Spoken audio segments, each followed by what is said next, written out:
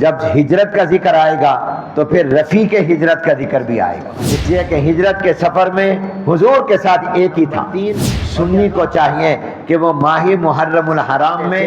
مراد پیغمبر دعائے مصطفیٰ سیدنا عمر بن خطاب رضی اللہ تعالیٰ عنہ کا تذکرہ کرے، امام علی مقام سیدنا حسین ابن علی رضی اللہ تعالیٰ عنہما کی شہادت کا دن ہے، بڑے ظلم کے ساتھ شہید کیے گئے۔ عجب ہے پورنوار خیر المدارس، خدا کا ہے گلزار خیر۔ میں کہا کرتا ہوں اہل سنت والجماعت کا محرم کیسا ہونا چاہیے۔ میں تاریخ کے تناظر میں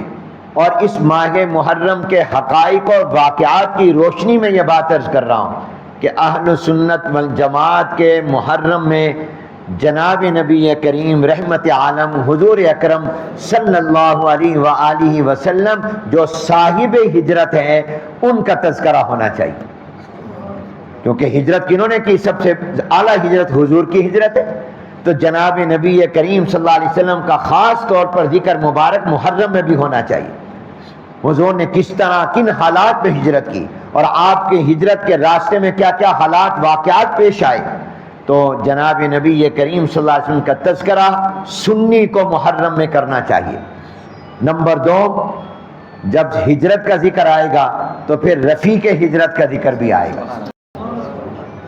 اس لیے کہ ہجرت کے سفر میں حضور کے ساتھ ایک ہی تھا، اور یہ اللہ کا فیصلہ تھا کہ خطرناک ترین سفر میں زیادہ نہیں رکھنے، ایک ہی رکھنا ہے۔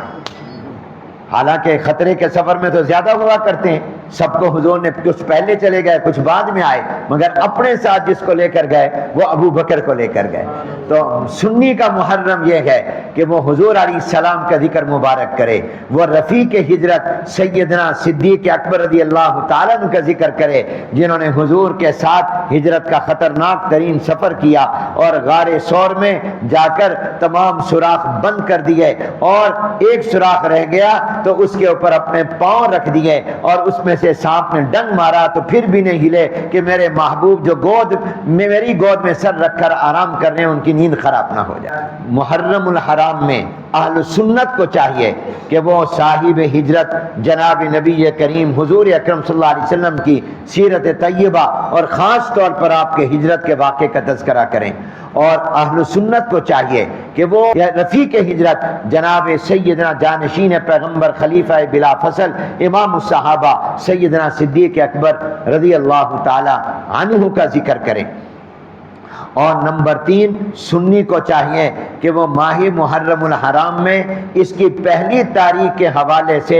مراد پیغمبر دعائے مصطفیٰ سیدنا عمر بن خطاب رضی اللہ تعالیٰ عنہ کا تذکرہ کرے اور ان کے حالات زندگی کو بیان کرے اور ان کی پیروی کا ارادہ کرے اور عزم کرے، کیونکہ اس کی پہلی تاریخ حضرت عمر بن خطاب رضی اللہ عنہ کی شہادت کی تاریخ ہے۔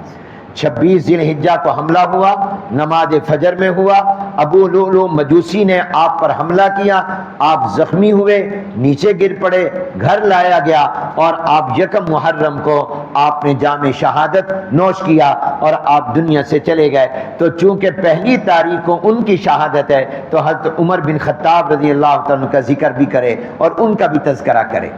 اور پھر اس کی 10 تاریخ کو چونکہ نواسہ رسول امام علی مقام سیدنا حسین ابن علی رضی اللہ تعالی عنہما کی شہادت کا دن ہے میدان کربلا میں، اور